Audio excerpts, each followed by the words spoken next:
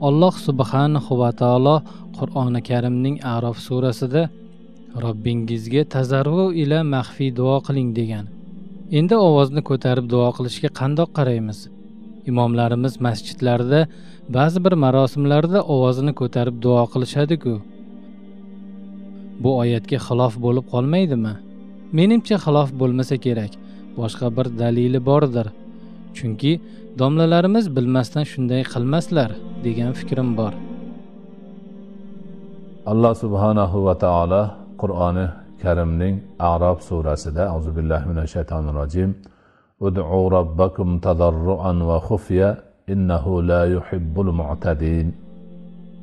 Bu oyatda kelgan Robbingizga tazarru va xufya ravishda, tazarru ila xufya ravishda duo qiling degan farmon insonlar yakka bo'lgan hollarida, yolg'iz o'zlari Allohga munojaat qilganlarida unaqa ovozlarini ko'tarmasdan duo qilarganlari afzal ekanligini ifoda etadi.